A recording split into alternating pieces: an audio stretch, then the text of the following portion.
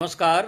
फिलहाल इस समय जो मैं किताब पढ़ रहा हूँ वो है अन्ना कारेनिना। ये महान उपन्यासों में से एक है लेव तोल्स्टॉय के द्वारा।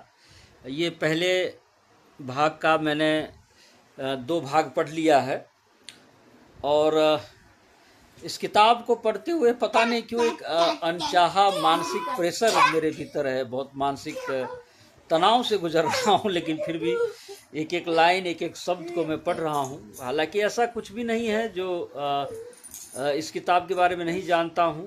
बहुत सारी फिल्में इस किताब के आधार पर बन चुकी है।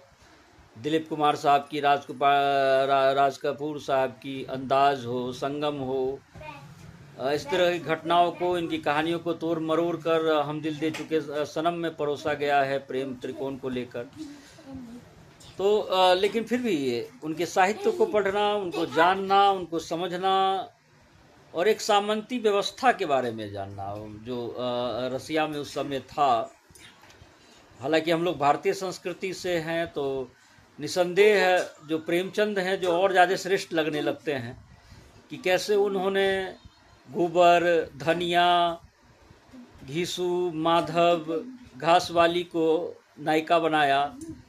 और एक आम कथा के आम लोगों की जीवन में भी कहानी हो सकती है। आम लोगों का भी जीवन उतना ही रोचक और रहस्यपूर्ण हो सकता है।